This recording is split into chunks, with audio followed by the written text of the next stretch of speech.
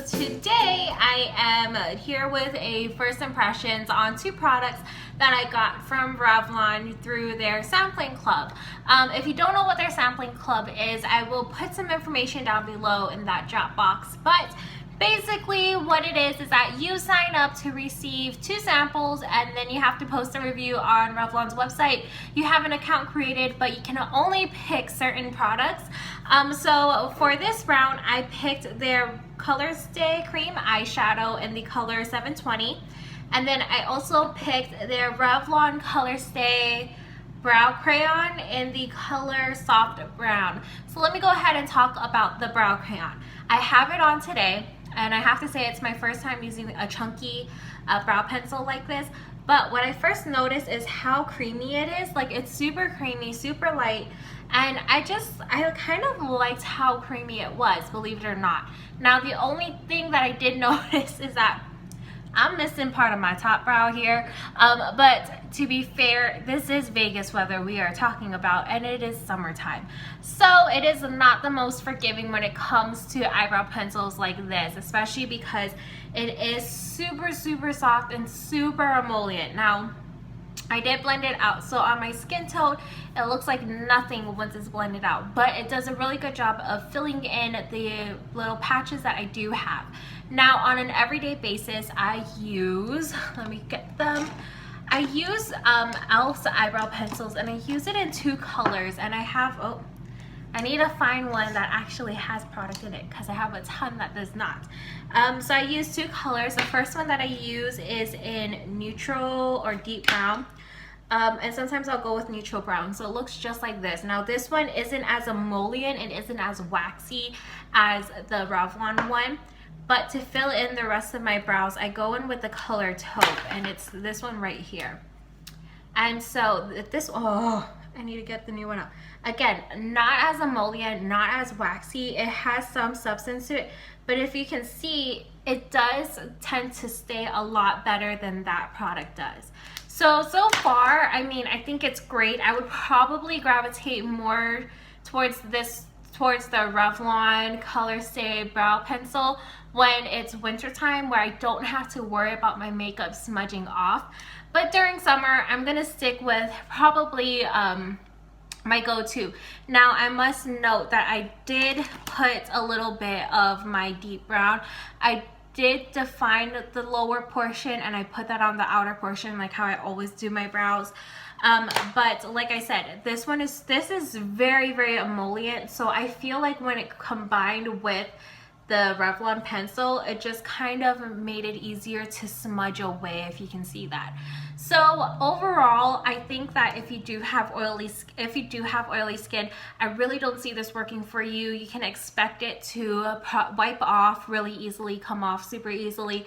And like I said, it is very emollient. So if you have thick brows, but you're just looking for something to fill in the gaps, I can definitely see this working for you. But if you're somebody who has very sparse brows or has scar area, like scars in your eyebrows, whatever it may be, this is a product that you're gonna want to stray away from because of how emollient it is.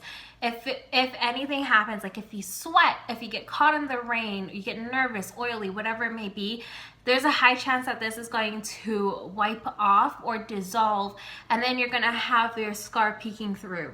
So something to note with that brow crayon. Now, the next product is the Revlon ColorStay Cream Eyeshadow, and I have it in the color 720. I forgot what the name of the actual color was, and they don't have it on this packaging. So if you're used to like Maybelline paint pots, way to combine 2 different things. If you're used to the Maybelline 24-hour color tattoo pot and MAC paint pots, this is kind of like a similar idea. So in the cap, you do get a small little tiny brush. I haven't used it, but like a little baby brush, it's such a little baby brush. But I would imagine it'd be great for if you're using it with a dry eyeshadow. I imagine it'd be super great. This is a random Ulta brush that I have, and it's just about the same size, and I use this Ulta brush a lot to highlight the inner corner because it's the perfect shape. So you can definitely use that for highlighting, but I just don't I can't picture myself using it with this product. So anyhow, this is what the product looks like. It's just like a regular potted product. What I was really worried about though was when I was rubbing my finger in it. That sounds so weird. I don't know. Does that sound weird? Is that only me? I don't know. But when I was putting my finger, that sounds even worse. Oh my gosh. Like, we need it. Oh no. But when I was, I can't even talk about it. So basically, when I tried the product, I was really worried because in the pot, it felt super waxy, super emollient. That's what the color looks like. But I was pleasantly surprised. I have it on my lids today, if you can kind of see it. I was pleasantly surprised because look at that. It dries really, really quick. And once it dries, it doesn't budge. Now, I have very oily, complicated eyes because I have, that was weird. I have really complicated eyes. For one thing, I have scars on both of my eyes on my lash line. So it tends to push eyeliner up, especially if it's not a waterproof formula. It tends to push the eyeliner up into my crease.